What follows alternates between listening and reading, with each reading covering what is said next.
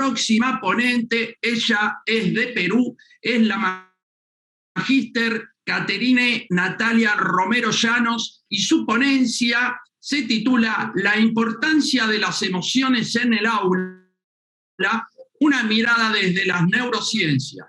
Y voy a expresarles un poquito de su ruta de vida, de esta profesional. Ella es psicóloga clínica y educacional, egresada de la Universidad Peruana de Cayetano Heredia.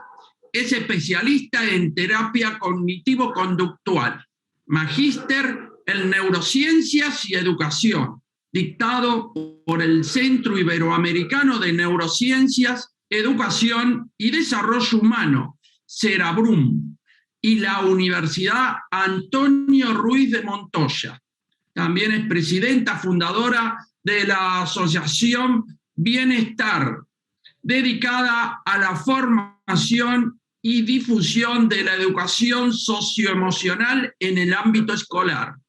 Socia fundadora de la Red Internacional de Educación Emocional y Bienestar, RIEM, psicóloga capacitada y entrenada en Mindfulness por REVAP Internacional, docente de la Facultad de Psicología de pregrado en la Universidad de Peurá, sede Lima, y de posgrado en la Universidad Peruana Cayetano Heredia, psicóloga del Centro Especializado de Reproducción Asistida New Vida, diplomada en neuropedagogía por el Centro Iberoamericano en Neurociencias, Educación, Desarrollo Humano, CERABRUM, y la Asociación Educativa para el Desarrollo Humano, ACED, docente invitada en diversas universidades de Lima y provincias, como la Universidad Peruana Cayetano Heredia, Universidad San Ignacio de Loyola, Universidad Femenina de Sagrado Corazón, Universidad Nacional Mayor de San Marcos, Universidad Católica Los Ángeles de Chimbote, Universidad Continental de Huancayo, Universidad Católica Santoribio de Mogrovejo, de Chiclayo, entre algunas otras. Además, también es ponente nacional e internacional especializada en temas de bases de neurobiológicas de las emociones y las interacciones sociales. Además, también es voluntaria en la ONG Warmi Cusi y Asociación Cusikai. Ha escrito artículos como Empatía y síndrome de desgaste profesional, el cerebro quemado, en Docentes de Educación Básica Regular de Lima Metropolitana, y también publicó en la revista Avances de Psicología de la Facultad de Psicología de Universidad Femenina de Sagrados Corazones, UNIFE. Creo que tu larga vida profesional y tu ruta de vida es bastante amplia, así que gozaremos de una ponencia, Catherine. Espero que ya te conectes muy bien, estés lista para, así te dejo micrófono, video y que puedas compartir pantalla, estimada. Muchas gracias, Claudio.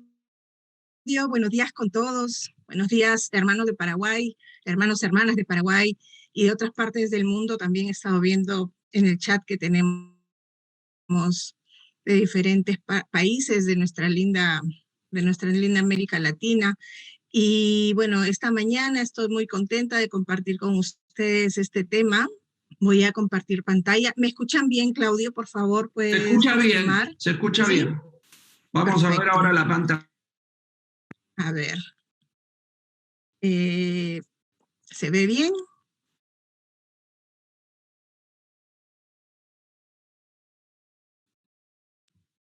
Ahora sí, ¿pueden ver? Sí, se ve. ¿Podés ampliarla? Voy a ponerlo. Sí, claro que sí. Ahora sí. ¿Ahora sí? Sí, sí, sí, sí. Perfecto. Entonces, esta mañana vamos a compartir, estuve escuchando a la doctora Joana hace un momento, muy interesante lo que, perdón, lo que nos ha compartido sobre la dislexia, y vamos a ir ahora a otro campo, el campo de las emociones. Y también un poco las interacciones sociales, porque son dos dimensiones, la emocional y la social, que están hermanadas, que están integradas íntimamente, que probablemente se separan por razones de estudio, de investigación, pero que en nuestro día a día, en nuestra cotidianidad, las percibimos totalmente integradas. Entonces, esta mañana vamos a hablar sobre la importancia de las emociones en el aula, pero desde una mirada desde las neurociencias, ¿no? Que es lo que venimos desde el día de ayer ya escuchando, aprendiendo. Y antes de entrar directamente al punto de las emociones, yo quería hacer un acápite, recoger unos puntos que también otros colegas el día de ayer han estado compartiendo, que hemos estado escuchando muy atentos sobre diversos mecanismos cerebrales que permiten que luego se sustente todos estos procesos de las dimensiones emocionales, sociales, motrices, sensoriales y cognitivas, ¿no? Porque el ser humano es un ser integral y justamente estas diversas dimensiones son investigadas, profundizadas también desde la neurociencia y vamos encontrando, se va encontrando cada vez más explicaciones, más fundamentación de cómo es que se da en el proceso de desarrollo humano toda esta integración entre estas diversas dimensiones.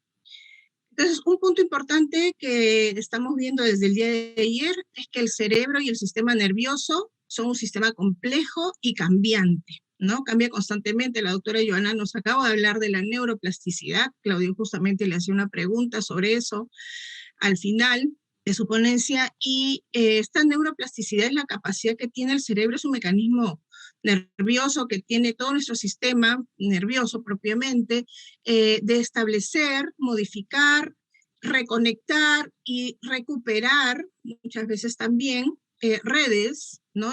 Conexiones entre las neuronas, que todo el tiempo lo que requieren es hacer sinapsis, conectarse unas con otras para poder dar todo el funcionamiento complejo que tiene este sistema.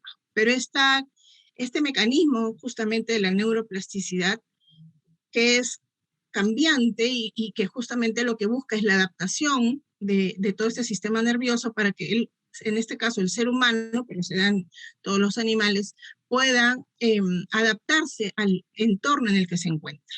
Entonces, si bien es cierto, nosotros nacemos con un grupo de neuronas que se van conectando, ¿no? Bueno, millones de neuronas, ya sabemos ahora que son 86.000 millones de neuronas, las que hay en un cerebro humano adulto, pero cuando nacemos con muchas más neuronas de las que vamos a necesitar durante toda la vida. Estas neuronas necesitan conectarse unas con otras para poder funcionar, para poder sobrevivir, y a lo largo de todo nuestro ciclo vital, esta neuroplasticidad nos va a permitir que estas redes que se establecen puedan irse modificando, puedan irse restableciendo, puedan irse reajustando. Y eso es lo que justamente permite que en este momento todos los que estamos aquí conectados podamos seguir aprendiendo, ¿no? Podamos seguir al escuchar, ir interiorizando los mensajes, anotando y adquiriendo estos nuevos conocimientos, si es que son nuevos, o poder ir reforzando algunos de ellos, ¿no? Y descartando otros. O sea, es un proceso de cambio constante. Esto también está presente en todo lo que tiene que ver con la dimensión emocional y social, que ahora lo vamos a ver más adelante, pero no lo olviden.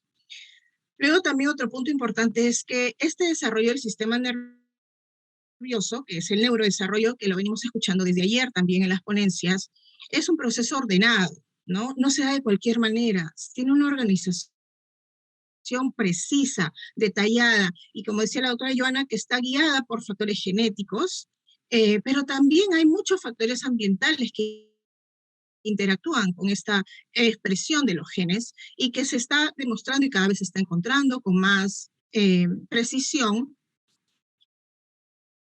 que estos factores ambientales, en donde se encuentran las interacciones sociales, en este caso de acuerdo al tema que yo voy a desarrollar, donde se encuentran los contactos afectivos que tenemos a lo largo de nuestra vida, desde que nacemos hasta que morimos, pues tienen son un factor muy importante, inclusive en esta expresión genética. O sea, lo que vemos en la epigenética, como les coloco ahí, es toda esta modulación que hacen los factores ambientales, que son diversos, inclusive la expresión de los genes. Y que esto a su vez está relacionado con estos procesos de neuroplasticidad que vemos a lo largo de todo el ciclo vital. Y finalmente otro punto también, recogiendo lo que ya se ha visto en las ponencias anteriores y que nos va a guiar en esta, es que la maduración de las diversas áreas del cerebro, diversos núcleos, diversas zonas que tenemos en todo el sistema nervioso, tanto central como periférico, se dan de manera secuencial y progresiva. Este proceso de mielinización específicamente, que es el revestimiento de mielina, que es una lipoproteína que se da en el axón de las neuronas, que permite que justamente, como escuchábamos también, este potencial de acción que viaja y que permite la conexión entre las neuronas, que permite que sigan transmitiéndose los impulsos nerviosos, pueden hacerlo con mayor velocidad porque está presente la mielina en los axones de estas neuronas. Pero esta mielinización no se da completa y del todo en un momento determinado, sino que se va dando desde la etapa, desde el vientre materno, ¿no? Hasta a lo largo de nuestra vida. Se sabe ya por estudios e investigaciones que hasta la segunda década de la vida se está produciendo esta maduración en el cerebro. Así se denomina debido a la mielinización, a los procesos de mielinización. Y como vemos en esta imagen, en la parte inferior, el cerebro empieza con teniendo muchas neuronas, ¿no? Como les mencionaba hace un momento, y a lo largo, desde el momento en que estamos en el vientre de nuestra madre hasta la segunda década de nuestra vida, pues esta mielina va recubriendo los axones y va haciendo que pasemos de tener mucha sustancia gris o mayor cantidad de sustancia gris, que es este conjunto de somas con dendritas y axones sin mielina, a tener mayor cantidad de sustancia blanca, que es este color que vemos aquí entre azul y morado, que es lo que representa el aumento de la cantidad de mielina en los axones y por ende de sustancia blanca en el cerebro. ¿Y eso en qué se traduce? En mayor cantidad de fibras nerviosas que están recubiertas de mielina y que permiten la transmisión de la información de un área a otra del cerebro. ¿Y cómo se da este proceso de mielinización? ¿En qué orden? De lo inferior a lo superior en el sistema nervioso central y periférico, es decir, de la parte medular hacia la parte cortical, y en el cerebro de la parte posterior a la anterior o de lo caudal a lo rostral, que significa del occipital hacia la zona frontal. Entonces, la última zona en terminar de mielinizar en nuestro cerebro es la zona prefrontal, que se encuentra en el lóbulo frontal. Y es la zona que, como ya hemos escuchado, se encarga de comandar todos los procesos ejecutivos, de monitorear todas las funciones y de darle un mayor nivel de afinamiento, de complejidad a las mismas. Entonces, eso no lo olviden porque también nos va a ayudar a entender por qué es que a nivel de las dimensiones emocionales y sociales vemos que cuanto más pequeño es el ser humano, su estado emocional es más espontáneo, es más evidente en muchos casos, no está tan reglamentado o no está tan muchas veces regulado, ¿no? Mientras que a la medida que vamos creciendo en edad, esperamos por estos procesos justamente que podamos tener un cerebro o un sistema nervioso más mielinizado y por ende más maduro y por ende la conducta socioemocional también más regulada. Pero no olviden, por favor, que hay factores genéticos y ambientales que están interactuando todo el tiempo. Entonces, si bien es cierto, este sistema nervioso está preparado y está diseñado para que se dé esta mielinización, esta maduración, que se traduce en conductas que visualizamos más reguladas a lo largo de la vida, también hay factores ambientales que van a estar siempre interactuando y que pueden favorecer, potenciar estos factores, estos mecanismos cerebrales, esta actividad nerviosa, pero también pueden ser factores que pueden interferir, inclusive a nivel de estos mecanismos, ¿no? Se sabe que, por ejemplo, situaciones de abandono, de maltrato, factores como la violencia, hacen que no solamente se modifique lo que vemos nosotros, la conducta, sino que esa conducta que visualizamos tiene un sustrato, un sustento neurobiológico que hace que el cerebro también trabaje de una forma distinta. ¿Buscando qué? Buscando adaptarse a las condiciones que el entorno, que las experiencias le está brindando a ese ser humano. Entonces, las emociones justamente tienen esa razón de ser, la adaptación. Si hay algo en el cerebro, en el sistema nervioso, en el cuerpo y en el mundo digamos, en esta integración compleja que tenemos como seres humanos que nos lleve a adaptación, estas son, digamos, como punto principal las emociones. ¿Por qué? Y yo acá les estoy mostrando una definición. Hay múltiples definiciones sobre emociones, muchísimas, dependiendo de los autores, dependiendo de la teoría, dependiendo de la mirada que se le quiera brindar. Yo he elegido esta porque es una definición muy completa y además hace énfasis a los factores neurobiológicos que justamente estamos desarrollando en estos días de congreso. Entonces, ¿qué dice esta definición? Como ustedes ahí lo pueden ver, no sé si se ve tan claro, por eso se las voy a leer. Las emociones son patrones de respuesta con una base neural, fisiológica, conductual y cognitiva, ¿no? Ahora vamos a ver más en detalle estos componentes. Pero ¿cómo son estos patrones de respuesta? O sea, ¿cómo son estas emociones? Son múltiples y coordinados, ¿no? O sea, no hay una única manera ni una forma específica para cada una, sino que son múltiples, pero a la vez están coordinados, no se dan de cualquier forma. Y lo que hacen, lo que permiten justamente la presencia de estas emociones es facilitar o poner en marcha, porque las emociones tienen que ver con eso, con acción, ¿no? Su misma raíz etimológica de la palabra tiene que ver con movimiento. Entonces, las emociones lo que buscan es poner en marcha, activar en el organismo de la persona. En este caso vamos a centrarnos en el ser humano, pero sabemos que emociones hay en las especies, en diversas especies animales ya se han encontrado algunas de ellas, ¿no? Se sigue investigando. Porque ¿qué es lo que permite, como les decía hace un momento, la adaptación y la sobrevivencia? Entonces, facilitan la puesta en marcha de reacciones apropiadas. Y vean que he resaltado, puesto en negrita la palabra reacciones, y ahora les voy a explicar por qué.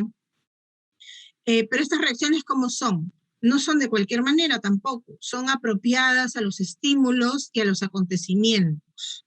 Estímulos que tenemos en nuestro entorno constantemente, ¿no? Todo lo que llega a través de nuestra vista, de nuestro oído, de nuestro gusto, de nuestro olfato, de nuestras sensaciones en el cuerpo, tanto en la piel, que sería una vía sensorial, somatosensorial, pero también, y ayer también lo han escuchado en algunas ponencias anteriores, las sensaciones que tenemos de manera interna en el cuerpo, ¿no? La información sensorial que viene desde nuestros órganos, de nuestras vísceras, nuestro sentir interno. Ahora lo vamos a detallar más adelante.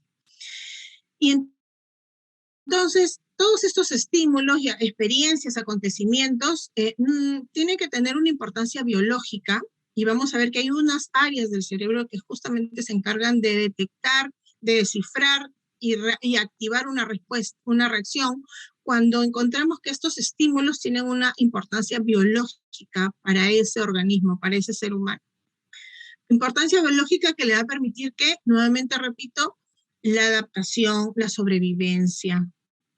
¿Ok? Y entonces eso, lo que también buscan las emociones, es permitir respuestas que faciliten, ahora vemos respuestas como otro término que también está en negrita, ¿no? Que faciliten la adaptación a las demandas en un entorno cambiante para ese individuo. Entonces ya no solamente encontramos a la persona como tal percibiendo emociones que tienen como finalidad que ese ser humano se adapte, que haga frente, que pueda reaccionar o pueda tener una respuesta a las situaciones que vive, sino también que esta persona se encuentra en un contexto, en un entorno, y ese entorno no es constante, no es igual todos los días, ¿no es cierto? Nosotros nos levantamos, nos despertamos cada día y cada día puede ser un mundo, puede ser todo un abanico de situaciones que vivimos, de estímulos que se presentan, desde, como les digo, desde lo sensorial, pero también tiene que ver con las interacciones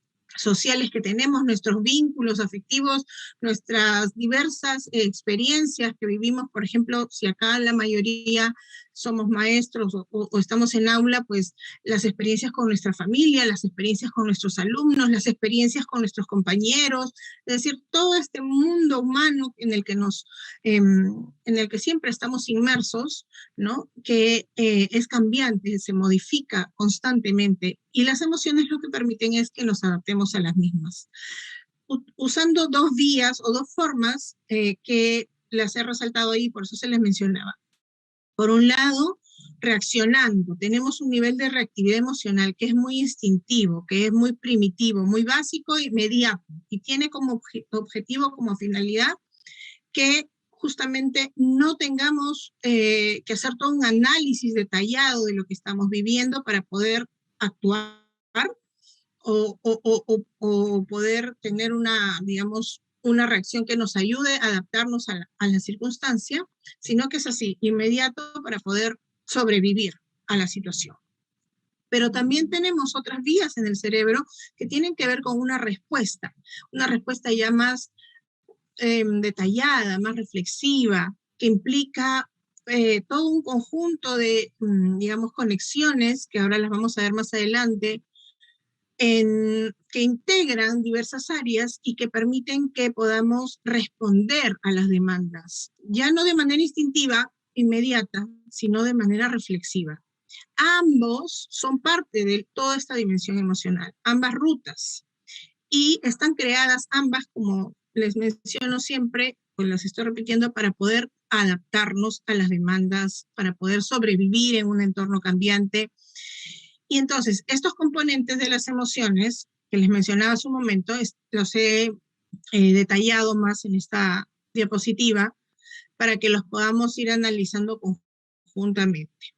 Hay un componente, entonces ya vimos que parte desde una actividad cerebral, entonces es un componente neuro, pero también fisiológico. ¿Y qué incluye eso? Todos los cambios que se dan a nivel fisiológico en nuestros órganos, en nuestras vísceras, en nuestro sentir en el cuerpo, ¿no? Inclusive hay cambios endocrinos que están presentes y son parte de esta dimensión emocional, porque hay una actividad emocional y endocrina que van de la mano. También hay cambios metabólicos, ¿no? El cuerpo está cambiando constantemente y se está ajustando a estos cambios todo el tiempo, ¿no? Lo que conocemos como homeostasis. Y en esto tiene una relación directa con nuestro sentir, nuestro estado emocional. Y entonces, los cambios fisiológicos, la actividad nerviosa, los cambios endocrinos y metabólicos, todo eso está en el componente neurofisiológico de las emociones. Entonces, yo les diría a ustedes ahora, vamos a hacer un ejercicio pequeñito, así de segundos. Vamos a tomarnos un instante para entrar a esta dimensión, a este componente neurofisiológico. Y si bien es cierto, no todos los cambios que se están dando en nuestro cuerpo los podemos percibir en este momento, podemos percibir algunos de ellos, como el latido cardíaco, por ejemplo, la frecuencia respiratoria, nuestra actividad gastrointestinal en muchos momentos también las podemos percibir, las sensaciones en nuestros músculos. Entonces, les pido que nos tomemos un instante para contactar con eso, conectarnos ahí y ver qué siento en este momento en mi cuerpo. ¿Y en qué parte de mi cuerpo siento mayor actividad o menor actividad? Y esas sensaciones que vamos a ir percibiendo están muy relacionadas o están íntimamente relacionadas con nuestras emociones. Cuando nosotros tenemos una emoción de cólera, tenemos un tipo de actividad neurofisiológica muy característica, ¿no? Por ejemplo, la cólera es una emoción que es muy evidente, tanto para afuera, que vamos a ver que es otro componente, como para nuestra propia actividad corporal, fisiológica interna. O cuando estamos tristes también, hay otra actividad fisiológica que se está dando. Y entonces, o cuando estamos alegres, y así en cada una de las diversas emociones que podemos percibir en el día a día, es necesario considerar y tomar conciencia de cómo se está sintiendo, qué estoy sintiendo en mi cuerpo, en qué parte de mi cuerpo estoy sintiendo más esa emoción. Eso es muy importante en el proceso de aprendizaje y educación emocional, que va a ser justamente a lo que vamos a buscar llegar cuando vemos que, o no solamente vemos, sino tomamos conciencia de la importancia que tiene esta dimensión emocional en nuestra vida y en la vida de todas las personas. Luego está otro componente, el conductual.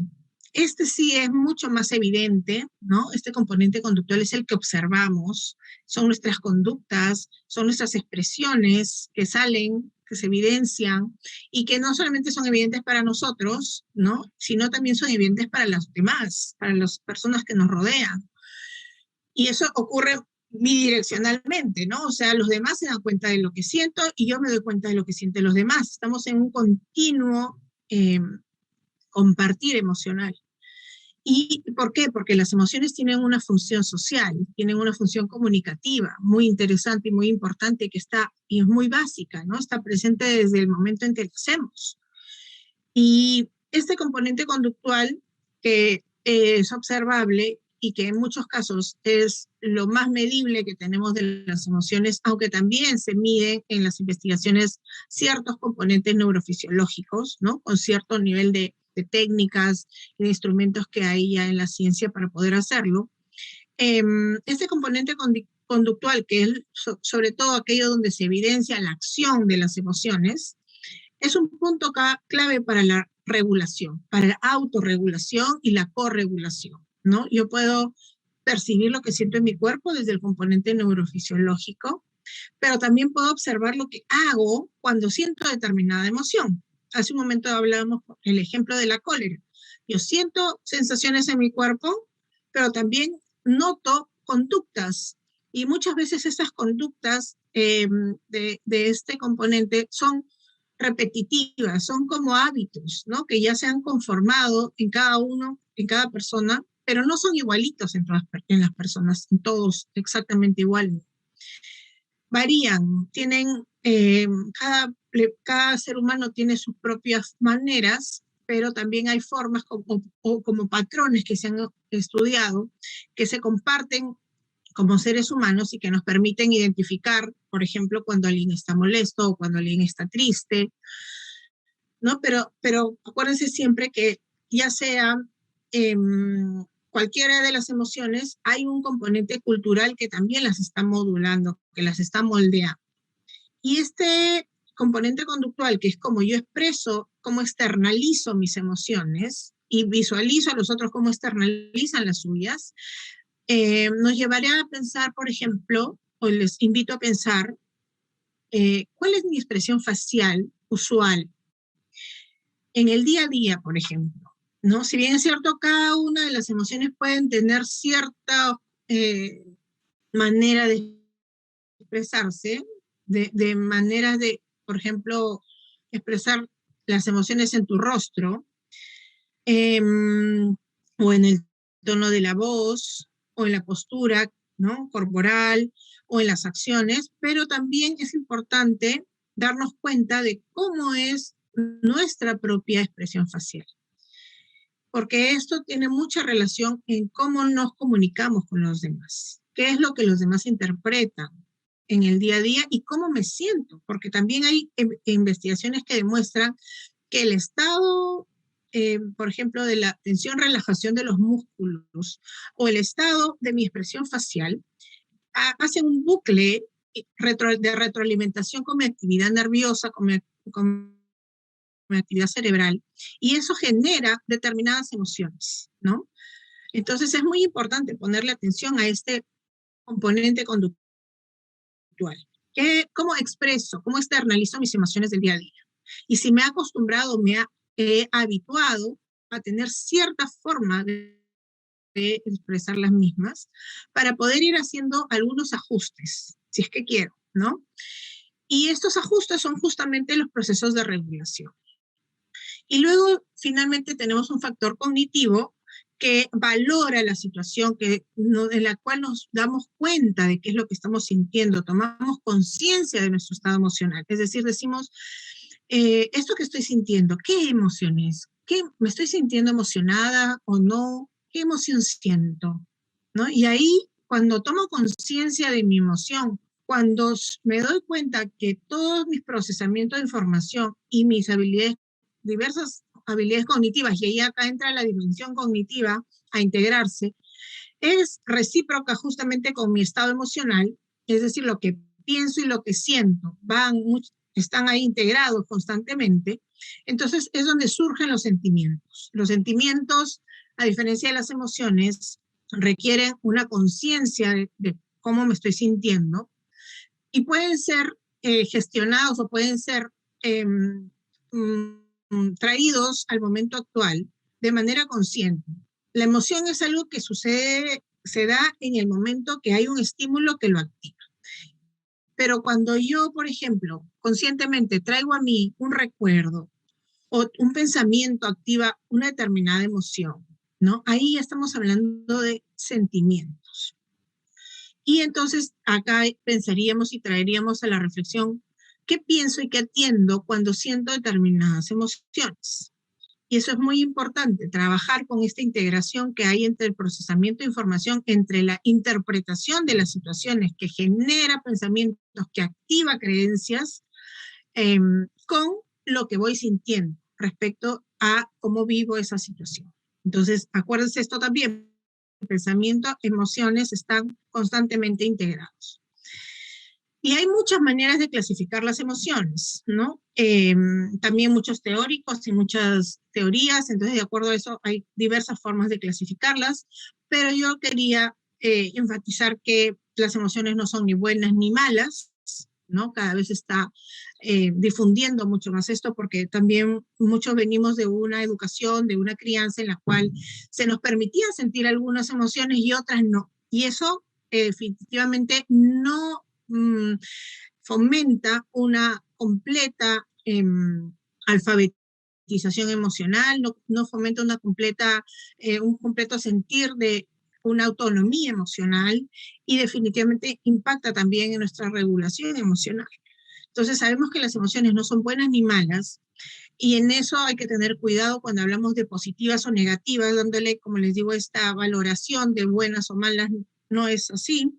Es necesario tener emociones, todas tienen una razón de ser, ¿no? Por eso es que han sobrevivido en todo el proceso evolutivo, las emociones siguen presentes, siguen activas y nos siguen brindando esta, como les decía, esta riqueza en la capacidad de podernos adaptar y sobrevivir. Pero sí hay una clasificación que habla de emociones básicas o innatas que nacen con el ser humano y otras que son aprendidas sociales. No son opuestas, sino que hablan de que hay algunas con las que nacemos, que nadie nos enseña a sentirlas, y otras que se van aprendiendo en el devenir de la vida, con nuestras interacciones sociales, en el convivir con los otros seres humanos y que están ahí están mucho más moduladas por los factores culturales, por los factores ambientales. Pero en todo caso, todas las emociones, ya sean innatas o ya sean aprendidas, pues tienen que ver con cómo, en dónde hemos nacido, cómo nos han criado, en qué país, en qué culturas tenemos, ¿no? Entonces, acuérdense también que estos factores genéticos y ambientales siempre están interactuando. Pero sea cual sea la emoción, todas tienen el principal objetivo de mantener la homeostasis, la sobrevivencia, y hay un punto muy interesante que en neurociencia también está tomando mucho énfasis, que es el bienestar, ¿no? No solamente es vivir, sino es vivir bien, es vivir en bienestar, uno mismo y con los demás, es decir, convivir, ¿no? En paz, en armonía, en equilibrio. Y para que esto funcione, para que estos componentes se den, es necesario tomar en cuenta que no es que se activa esta área del cerebro o esta otra área del cerebro, o que funciona la zona de esta forma o esta zona de otra forma. Eso se está desterrando, eso ya no se habla así en neurociencia afectiva, en neurociencia que tiene que ver justamente con irnos siempre actualizando y capacitando. Actualmente ya sabemos que para que la dimensión emocional y social funcione adecuadamente, de manera integrada como lo hace, el cerebro trabaja de manera conectada. ¿Y qué conecta? Núcleos subcorticales, que vemos aquí, que son los que están debajo del cuerpo calloso, que es donde pueden ver ustedes aquí en el gráfico que dice septum, ¿no? O cuerpo calloso. Bajo el cuerpo calloso se encuentran diversos núcleos y áreas que se le denominan subcorticales en el sistema nervioso, y luego, por encima del cuerpo calloso, tenemos las áreas corticales, ¿no? Todo lo que implica la corteza y la neocorteza. Y para la dimensión emocional, se conectan, trabajan en conjunto, se activan, se interconectan núcleos subcorticales con áreas corticales del cerebro. Entonces ya tenemos que ir desterrando esta forma de analizar la actividad emocional solamente.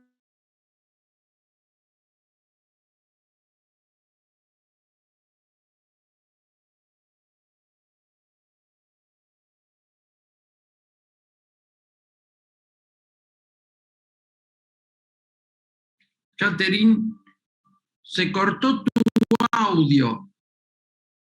Por favor.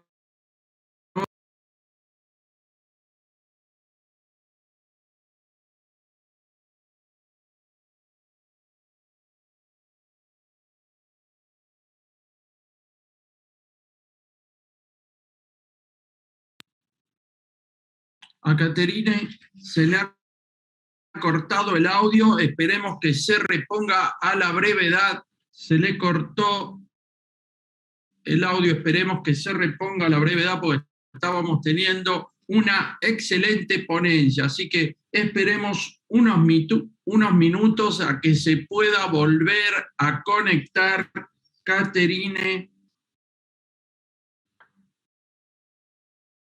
Mientras tanto, les pido que aquellos que están participando nos puedan desarrollar sus preguntas vía chat del YouTube, que desde ya trataremos de ir evacuándolas en la medida de las posibilidades del exponente, del que vaya exponiendo después de los 45 minutos de su ponencia. Abrimos las posibles preguntas. Así que les pido que tengan la amabilidad de aquellos que tengan dudas, consultas, preguntas, con toda amabilidad podrán ser respondidas por los ponentes. Bueno, también mientras esperamos que se pueda reconectar, le pido a mi amigo Miguel, si no le voy a pedir a mi amiga Ana que por favor se pueda conectar, para así hacemos un intercambio de preguntas de cómo ella percibe y ve que se está desarrollando el primer Congreso Mundial de Neuroeducación acá en Paraguay. Así que, Anita, ¿cómo vos estuviste ayer participando? Me gustaría que desde ayer a la fecha nos comentes ¿cómo estás viviendo el Congreso? ¿Y qué aspectos fundamentales crees vos que se están marcando y se están dando? Hola Claudio, ¿cómo estás? La verdad, pues el día de ayer estuve acompañando el Congreso desde que se inauguró y créeme que la cantidad de información y las charlas que hemos podido observar han sido realmente increíbles.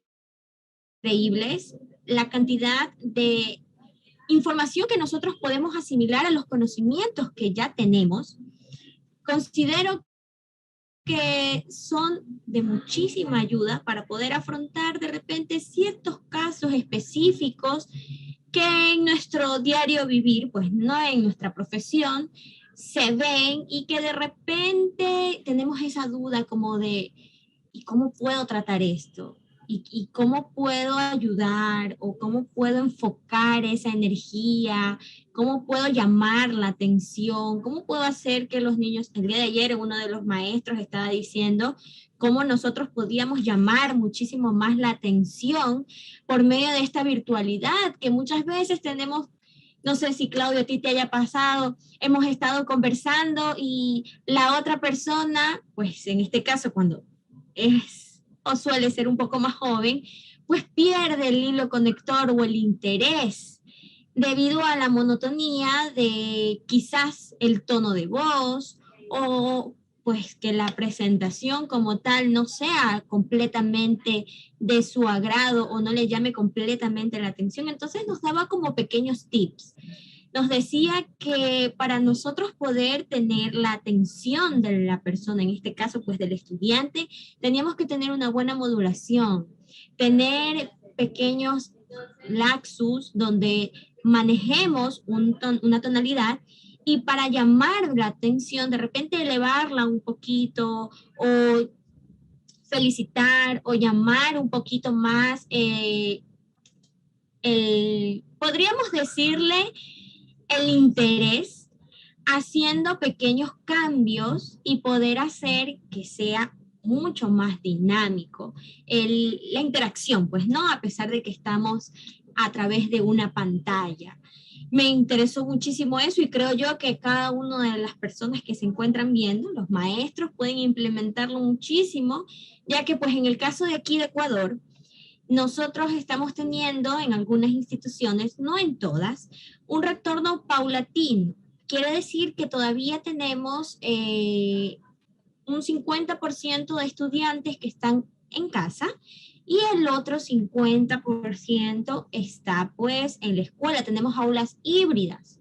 Tenemos que manejarnos con los niños que se encuentran en sus salones, en sus bancas, pero al mismo tiempo tenemos que enfrentar a los que todavía nos ven a través de una cámara.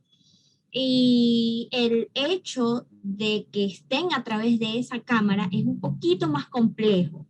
¿Por qué? Porque no está el contacto, no está el hecho de que yo voy a sujetar tu mano para poderte enseñar el trazo, o te voy a enseñar de poco a poco cómo se realiza la tarea.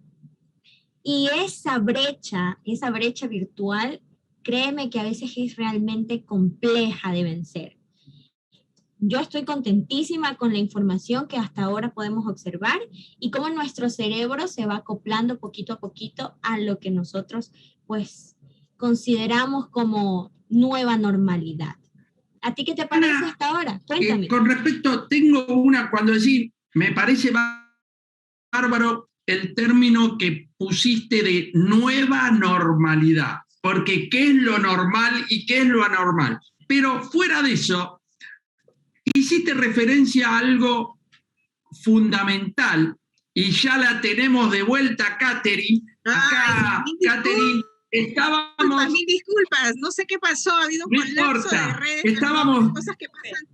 Estábamos debatiendo cómo iba la cosa del Congreso, así que te dejamos para que puedas continuar. Adelante. Muchas gracias. Disculpen a todos, se fue todo, el teléfono y el internet, así que estábamos aquí complicados. Pero bueno, así son las cosas que pasan, las experiencias que se dan bien, y imagínense cómo estaba mi cerebro, mis redes corticales y subcorticales, mi cuerpo a 1000, pues, pero aquí justamente es un ejemplo vivencial de lo que pasa, del cambiante que es nuestro entorno, en este caso tecnológico, y cómo nuestro cuerpo está diseñado, nuestro cerebro está diseñado para trabajar conjuntamente, y mi corteza prefrontal inmediatamente buscó alternativa de solución, y también tuve aquí a mi hija que maravillosamente me apoyó para buscar soluciones, o sea, una corteza prefrontal externa que ayudara a toda mi actividad nerviosa, a toda mi actividad fisiológica a calmarse y a buscar una solución. Surgen emociones, ¿no? Surge miedo, surge preocupación, y también surge inmediatamente otra vez una regulación que permite volver a la calma y decir, a ver, concentrémonos en lo que vamos a hacer. Entonces les mencionaba antes de este corte que para la actividad nerviosa que se da en la dimensión emocional, ya no hablamos del sistema límbico específico para las emociones y las áreas corticales específico para la parte cognitiva. Ya no hablamos del cerebro triuno como una teoría que permita entender cómo es que se da esta actividad cerebral para las emociones, sino que hablamos de una teoría nueva desde la mirada de la neurociencia actualizada que nos permite saber que estamos hablando de redes que interconectan zonas muy básicas y primitivas de nuestro cerebro que permiten esta reactividad emocional que les mencionaba hace un momento, con áreas de nuestro cerebro muy evolutivamente más nuevos y como la neocorteza, sobre todo en la zona prefrontal, que permite que estas respuestas en este trabajo coordinado, interconectado, se puedan estar dando en todo momento. Entonces, eso nos permite ver que ya no podemos hablar de una dimensión emocional separada de una social, separada de una cognitiva. Ahora hablamos de una integración. En todo el cerebro, el funcionamiento del cerebro y el funcionamiento del sistema nervioso permiten que todas estas dimensiones se integren, ¿no? Y se ve eso desde, como les digo, la actividad, en cómo se da en nuestro cerebro este diverso funcionamiento para que podamos tener todas estas dimensiones que nosotros podemos observar también en nuestras aulas en el día a día, ¿no? Podemos ver a un niño, una niña, un alumno que aprende lentamente, que se demora, que sus emociones tienen un matiz específico, que sus interacciones sociales tienen una calidad específica, versus otros niños, otros alumnos que tienen otra forma. Entonces nos damos cuenta que en realidad no hay una manera única y universal de definir cómo es que se debe dar, sino que hay que tomar en cuenta siempre esta particularidad, esta individualidad de cada uno de nuestros estudiantes y también en nosotros mismos, por supuesto, como adultos, y que más que hablar de áreas específicas o de que las emociones se dan en ciertas zonas o en ciertos núcleos del cerebro, estamos hablando que se interconectan diversas áreas, diversas zonas, y que permiten este funcionamiento complejo. Pero de estas diversas áreas del cerebro quisiera destacar dos. Las amígdalas, que están a nivel subcortical, son núcleos subcorticales en ambos hemisferios. Las amígdalas que no son las amígdalas linfáticas que tenemos a la altura del cuello, sino estas amígdalas cerebrales que tenemos a la altura de los lóbulos temporales, en la parte interna del cerebro, que son dos estructuras que permiten, ¿se acuerdan cuando les hablaba de que los estímulos tengan importancia biológica? Pues esas justamente las amígdalas tienen ese funcionamiento. El poder detectar y desencadenar una respuesta, una reacción emocional a partir del el poder procesar la importancia biológica de esos estímulos que llegan, ya sea de manera externa a través de nuestros sentidos o de manera interna a través de las sensaciones de nuestro cuerpo. Y otra área también muy importante es esta zona prefrontal, que es la que se encarga justamente de poder regular estos procesos que tiene la amígdala de reactividad emocional. Y esta zona prefrontal, ¿se acuerdan que les mencioné que era la última en terminar de mielinizarse? aproximadamente en la segunda década de la vida, mientras que las amígdalas terminan de mielinizarse a los 3, 4 años de edad. Imagínense cuántos años de diferencia le llevan, cuánta actividad nerviosa tienen una frente a la otra, pero sin embargo es necesario tomar en cuenta esto para entender que cuanto más pequeño es el ser humano, podemos ver mayores niveles de reactividad emocional, ¿no? Tanto en niños pequeños como en adolescentes, por ejemplo, que es otra etapa muy importante en el desarrollo humano, vemos que hay emociones que están a flor de piel, ¿no? Y que parece a veces que no, ¿qué le pasa a esta persona o qué le pasa a este adolescente que no regula, cambia su estado emocional de un momento a otro, ni él mismo o ni ella misma se entiende, no sabe cómo gestionar lo que está sintiendo, y esto obviamente impacta en sus interacciones sociales, sobre todo con los adultos cercanos, como son sus padres, sus maestros, ¿no? Pero también vemos que a la medida que vamos creciendo, esta corteza prefrontal que ya está madurando desde también esta primera infancia, pero que termina de madurar recién a los 20 y tantos años, ya está modulando esta actividad de las zonas subcorticales o de los núcleos subcorticales. Pero para ello necesitamos Catherine, considerar... ¿Sí? para así no te quiero cortar, sino para que puedas ir teniéndolo en cuenta en el cierre de la ponencia. Perdón, no te escuché cuántos minutos, Claudio, perdón. 10 minutos, 10 minutos. 10, ya, perfecto, perfecto. Gracias.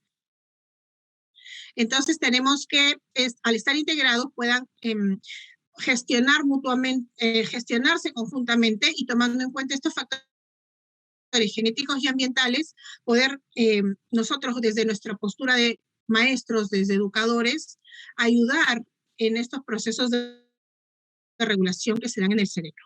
Y para que se pueda dar una adecuada regulación, pues tenemos que estas redes cerebrales, que como ven ustedes aquí, están conectadas por este fascículo, por estas fibras nerviosas de sustancia blanca que van desde la zona subcortical a la corteza prefrontal y de la corteza prefrontal a la subcortical, porque son vías bidireccionales, pues están sujetas al entrenamiento, a la actividad que hagamos, a la formación que le demos a ese ser humano. Por eso es muy importante que los adultos que acompañemos en el proceso educativo de un ser humano en la primera infancia, en la adolescencia, estemos también conscientes de cuál es nuestro propio proceso de regulación. ¿Cuáles son nuestras propias estrategias de regulación? Porque no podemos apoyar o ayudar a regular a otros seres humanos cuando nosotros también, o cuando a nosotros nos falta o nos falla, o no estamos, digamos, entrenando esta actividad de regular, o esta habilidad de regulación emocional. Pero para eso ya hemos visto que el aprendizaje se puede dar a lo largo de toda la vida, ¿no? Entonces, nosotros como adultos todavía estamos en una posibilidad de poder aprender, seguir aprendiendo a regular nuestro estado emocional. Y esto lo podemos hacer a través de muchas estrategias. Hay estrategias que vienen de arriba hacia abajo, como esta que les muestro de la actividad cerebral hacia el cuerpo, que se llaman estrategias top-down, o sea, de arriba a abajo, como por ejemplo la reflexión, el análisis, y entonces sentamos a nuestro grupo de alumnos en clase a hablar sobre cómo se sienten, qué hacen cuando se sienten de esta manera, qué pueden hacer, qué pensamientos tienen, ¿no? Y entonces hacemos una serie de ejercicios que tienen que ver con reflexión, con análisis, con reevaluación cognitiva, ¿no? Pero también no podemos olvidar que el cerebro y el cuerpo están conectados, y están conectados en una interconexión constante, que Antonio Damasio nos lo hace saber de una manera muy bella y muy clara, cuando habla de los marcadores somáticos, que es esta información que viene del cuerpo hacia el cerebro, porque las emociones, ¿dónde se perciben? En el cuerpo, en toda esta actividad fisiológica que tenemos, y que no debemos de olvidar de tomar en cuenta y de poner en nuestras actividades del día a día cuando hablamos de aprendizaje y de educación socioemocional. Entonces, cuando pensamos en cómo me siento en mi cuerpo, qué es lo que pienso, qué es lo que siento, ¿no? También es importante. Entonces, integrar Y estas otras estrategias o estas otras actividades que vienen del cuerpo hacia el cerebro también permiten la regulación y se denominan bottom-up o de abajo arriba. Entonces, para poder integrar todo esto que estoy compartiéndoles esta mañana, tendríamos que terminar o ir cerrando concluyendo que la interconexión, la interacción en la dimensión emocional y social desde las neurociencias incluye mirar el cuerpo, tomarlo en cuenta, ponerlo en nuestra práctica pedagógica, en nuestra práctica docente, mirar también nuestra actividad cognitiva, nuestras habilidades cognitivas, integrándolas con las emocionales y sociales, y hacer que estos procesos de regulación, que son procesos que van escalonados desde darme cuenta cómo me siento, entender por qué me siento así, hasta poder poner estrategias de regulación en mi día a día para poder vivir mejor yo mismo y convivir mejor con los demás, tienen que considerar el cuerpo, la mente, en todo un proceso continuo, pero también no solo al individuo, sino a su contexto en totalidad, ¿no? Entonces, eso es lo que yo quería compartirles esta mañana y quedo aquí para cualquier pregunta que puedan tener. Catherine. Sí, Claudia. Tengo una pregunta porque vos hiciste referencia a Antonio Damasio. Y Antonio Damasio escribió un libro que se titula "Y el cerebro creó al hombre".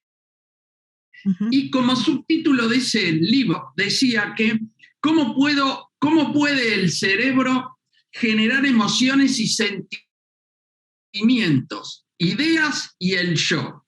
Ante tu ponencia, como le hiciste referencial, y como Antonio Damasio para mí es uno de los libros, en realidad lo tenía acá casualmente, y está, lo estoy leyendo y vos lo hiciste referencia. Me gustaría ¿qué opinás vos de esto de el título que decía "Y el cerebro creó al hombre", o "el hombre que creó al cerebro"? ¿Cómo lo ves en esto del manejo de las emociones, obviamente? Porque el manejo de las emociones, ¿quién maneja las emociones? Sería la pregunta basada. ¿Quién maneja las emociones? A veces, ¿yo tengo el poder de manejar las emociones o no lo tengo? Esa era la pregunta.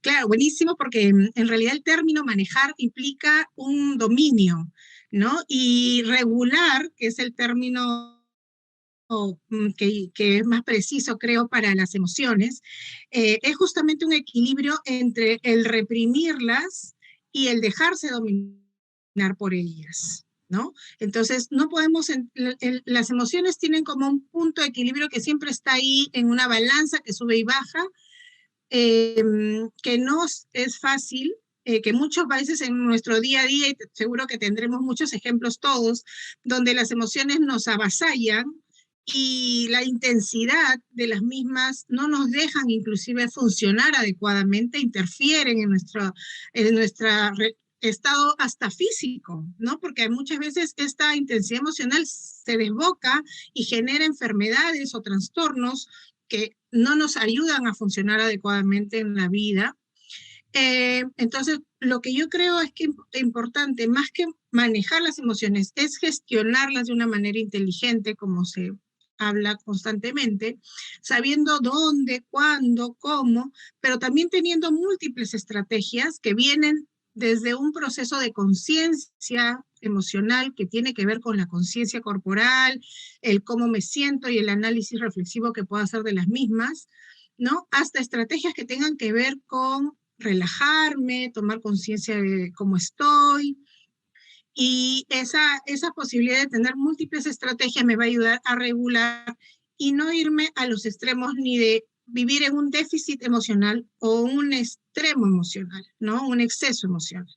Entonces, no podemos manejarlas, pero sí podemos gestionarlas, regularlas, pero en un constante aprendizaje, en un constante aprendizaje, Claudio, porque así seamos adultos y uno diga, bueno, yo soy adulto, ya manejo todo, no, las emociones no van por ese camino, porque las emociones están diseñadas para ayudarnos a sobrevivir, a adaptarnos, pero a veces, si no manejamos su intensidad, su frecuencia y su duración, puede generar interferencias. Así que es importante tomarnos el tiempo para poder indagar más, entrar en nosotros mismos, hacer introspección y también observar en los demás y preguntarle a los demás cómo nos ven, porque a veces nosotros nos vemos como muy reguladitos y muy gestionadores de emociones y de pronto no es la mirada que se tiene para afuera. Así que recordar siempre que estamos conviviendo en sociedad y que somos seres sociales por naturaleza.